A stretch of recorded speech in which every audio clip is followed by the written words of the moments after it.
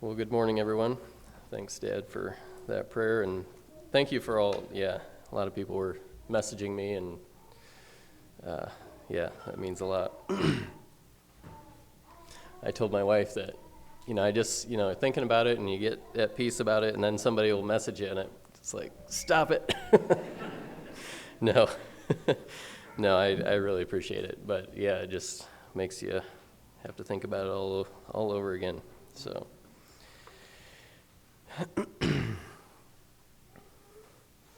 And yeah, I'm glad to see each one here.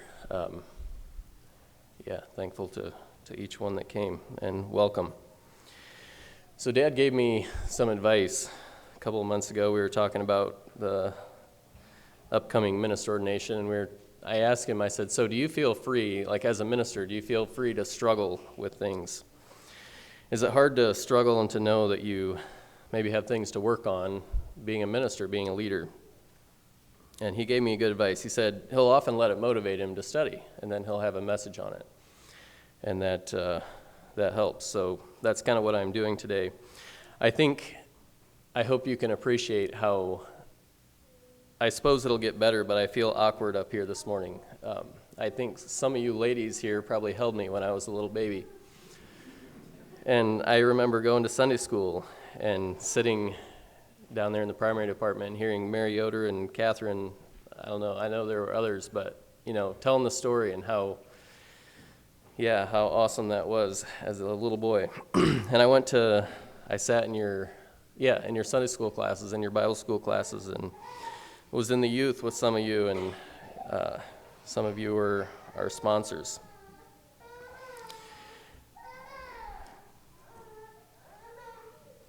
I don't know. I'm excited to do it, but it is a little bit awkward. So, and I was out at 2 weeks ago. We were out at in Plain City. We were at my wife's church on Sunday morning, and Elmer, the bishop there, said that he's looking forward to having me share sometime when I come out. He said, we're out there.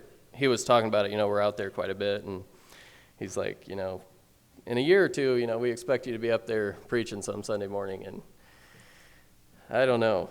I've always looked up to him. In fact, I went there to get my wife, No, I rescued her from there.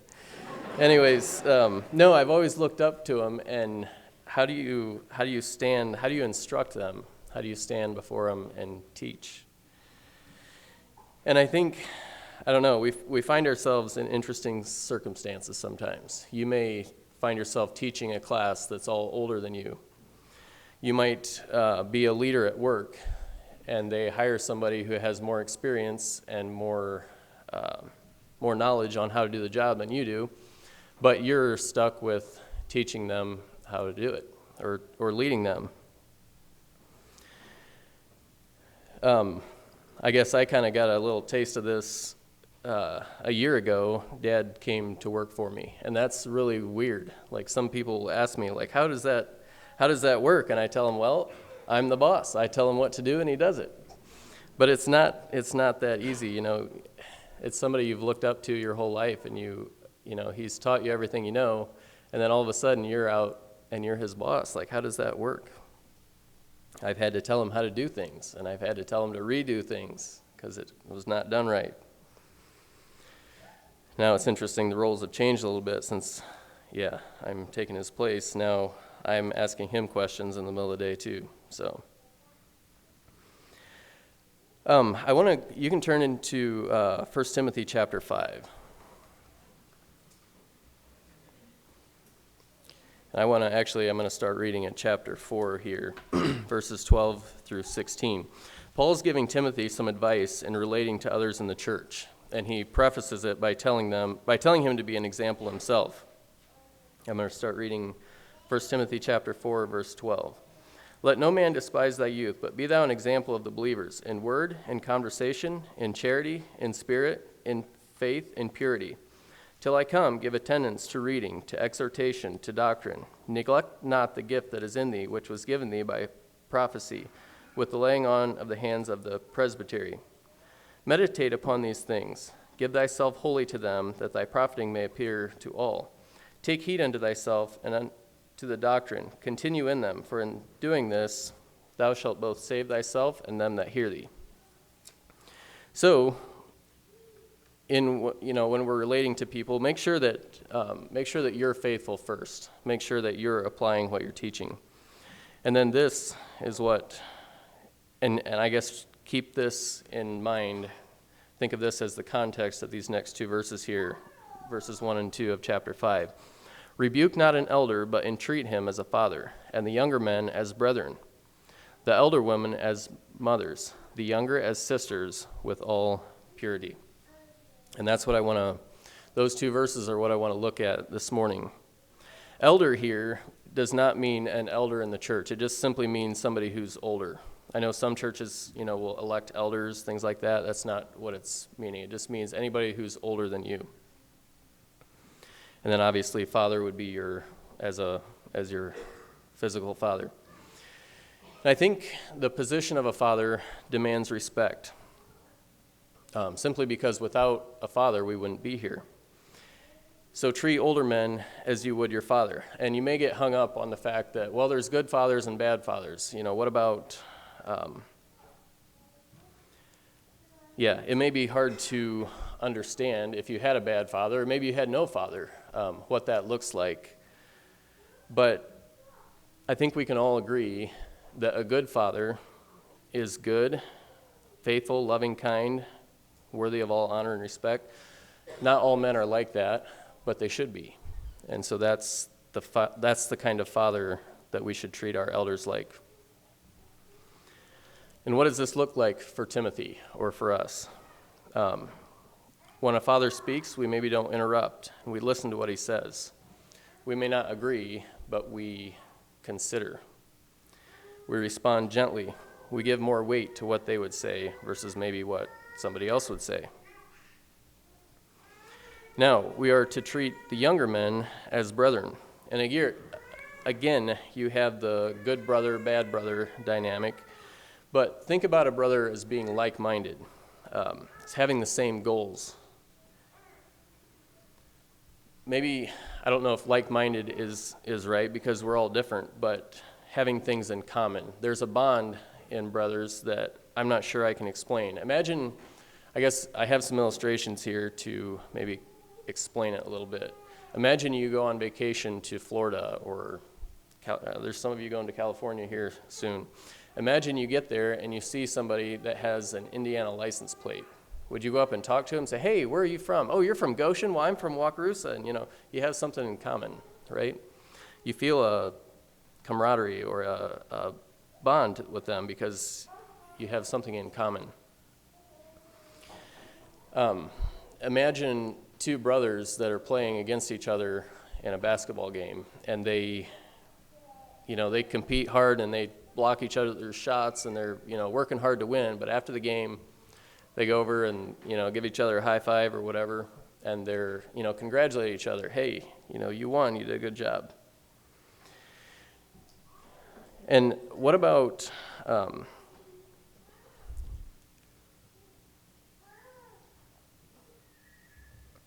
maybe think too on brothers as being on the same team. A good teammate will cheer on the other players, right? So imagine you're playing softball and you're the left fielder and you're cheering on because the shortstop made a diving catch and it was an awesome play and you're cheering him on.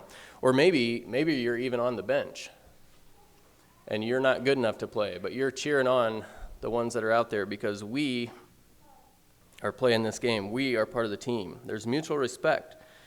We work together. Everybody's working towards the same goal. I think, have you ever talked to a sports fan? You say, oh, what team do you like? Well, I like Notre Dame. Does Notre Dame play on Saturday? Oh yeah, we play USC, and then after that we play, well, are you a player? Do you play for Notre Dame? Oh, no, I just watch. Well, you said we. Well, it's because they feel a part. Like, they're a fan. They feel a part of the team. Treat the younger men in church like your brother. like you're on the same team. And on a team, you have different talents, different gifts. You want your shortstop to be fast and to be an accurate thrower, but you want your catcher to be a slugger, right? We all have different talents, different gifts. We all are working together. Treat the younger men like your brother, and the elder women as mothers, the younger as sisters. And I would have kind of the same thoughts here that I shared about fathers and brothers. Honor them and respect them. But there's something a little more tender, I guess, about a mother and a sister. And I don't know if it's the weaker vessel or if it's just the protective instincts of a guy. But Paul told Timothy to treat the older women like mothers and the younger like sisters. And then he tags on there with all purity, and I think that's important. This isn't a license to just act however we want, to treat the women in the church as we would our real sisters. Doesn't mean we can throw off moral restraint. It means that we respect that and we have good moral boundaries in that. Now I want to look at the word rebuke and kind of compare it with the word entreat. This word rebuke is not used that I'm aware of anywhere else in the New Testament. It is verse 20 here of chapter 5. Them that sin rebuke before all, that others also may fear. So that word rebuke is different.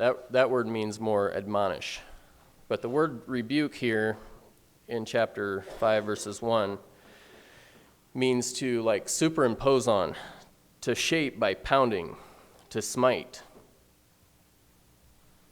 And that's how I'm going to mean that word when I refer to it. It's almost violent, a severe rebuking. It's not gentle. Someone rebuking in this way is not interested at all in hearing what you have to say. It is, you do what I tell you, and don't question my authority. And I think it's not always violent. It can be done almost silently too, with a look and a glare that says, don't question me. Now, entreat is an imitation. It's to call near, to come near. Think about it this way. Rebuke is an outpouring of emotion and wrath on someone. Entreat is an inpouring.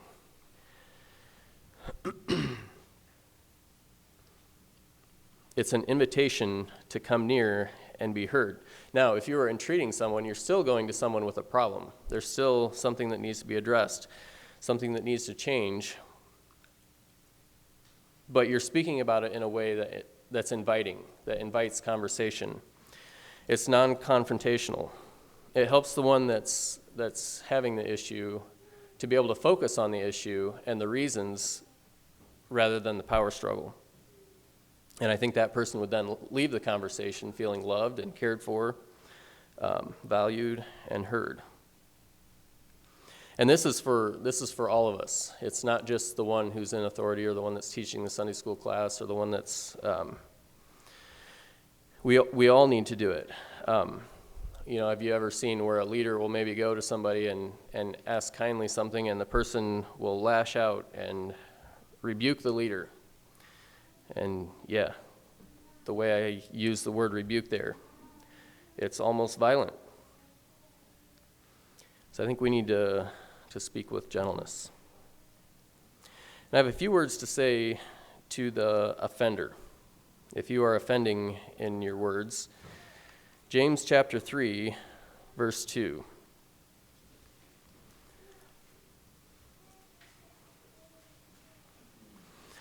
For in many things we offend all. If any man offend not in word, the same is a perfect man, and able also to bridle the whole body. So I get it that we all say some things sometimes that we shouldn't. That's probably normal. Not that we should excuse it, but we're all going to find ourselves in that position at times. But if you find yourself doing it a lot, I would say maybe we should check our heart. See the Bible says out of the abundance of the heart, the mouth speaks. So what's in your heart? What's coming out? Some questions. Do you love your brothers and sisters and your parents in the church? Do you want their good? Do you view others in the church as being on the same team, cheering them on, or as competitors, happy when they're defeated?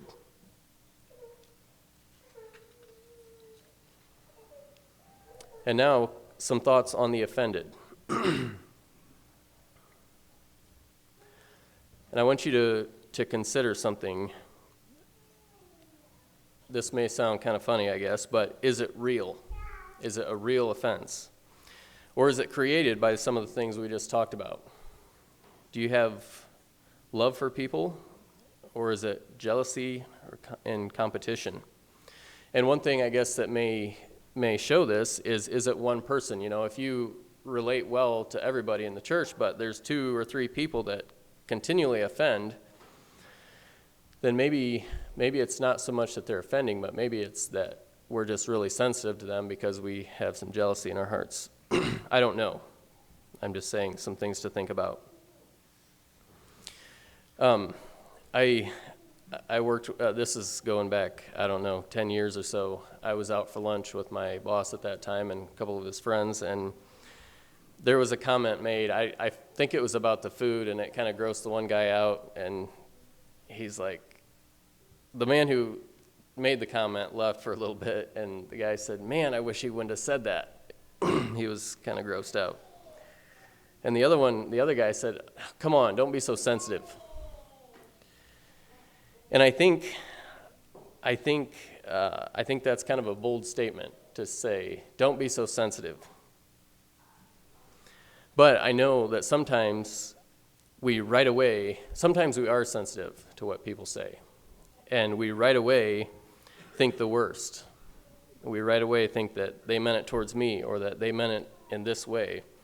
But try thinking that maybe they meant it try thinking about it in the best way. Like, could they have meant it in a different way than how you took it? Give them the benefit of the doubt. Like I just said, or in James 3 verse 2, people are going to make mistakes and say things wrong. And so give people grace. People are not perfect. And sometimes, I don't know that it's always good, but give people the opportunity to share how they really feel. And then I know some people like to be sarcastic, and that can cause some offenses. So some people don't know how to take sarcasm. And if that's you, then ask, "Hey, did you really mean that? Were you really serious about that?" And if you're sarcastic, make sure you know the people that you're talking to. Make sure they know that you're joking. And in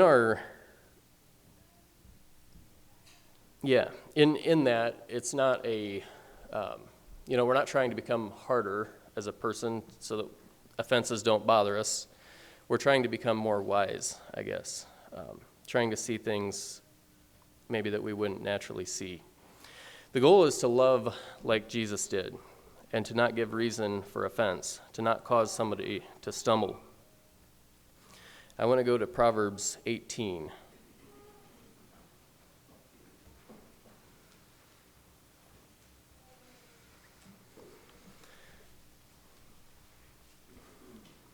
Proverbs 18, verse 19.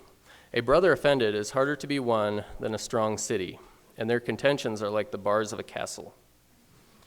So if we do offend somebody, according to Solomon, it's an uphill climb to win them back. So it takes a lot of work. And it's true. Imagine somebody offends you, okay? Doesn't it, maybe he says some unkind words behind your back or something. Wouldn't it hurt twice as much if it was your brother that said that? Or if it was your sister or your dad or your mom? "A brother offended is harder to be won than a strong city." Those words made me think.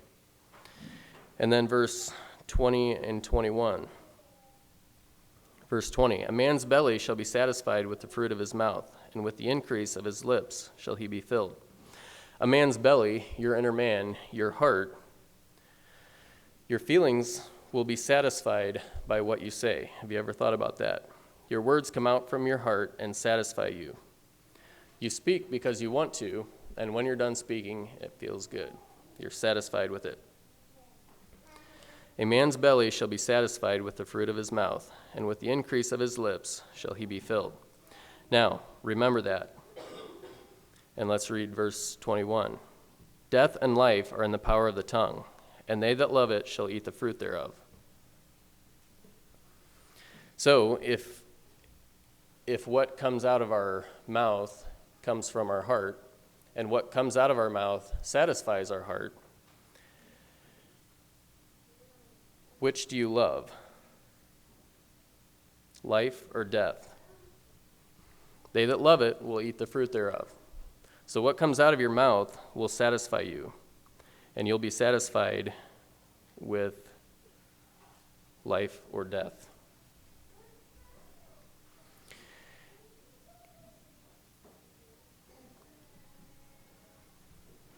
I want to go to James chapter 1.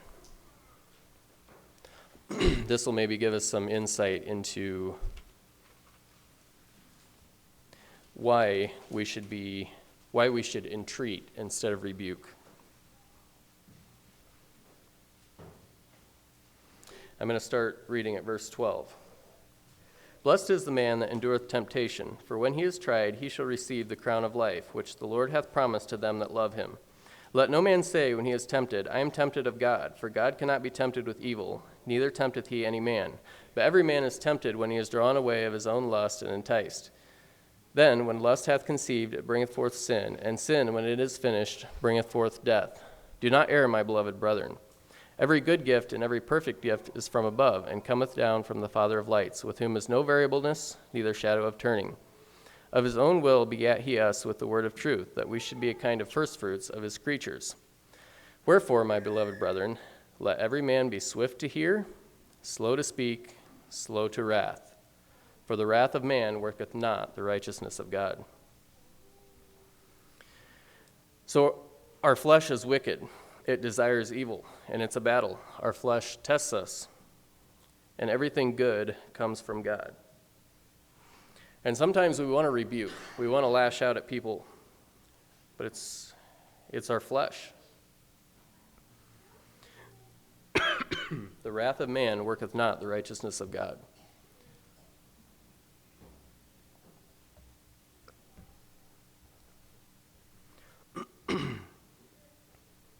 We could say it like this. Wherefore, my beloved brethren, let every man entreat his brother. Rebuking worketh not the righteousness of God. So that's all I have this morning. Thank you for your attention, and I hope you're encouraged to look at your brothers and sisters in the church as being on the same team and encouraging them and treating them kindly, not rebuking, but entreating. Be swift to hear, slow to speak, and slow to wrath. Thank you.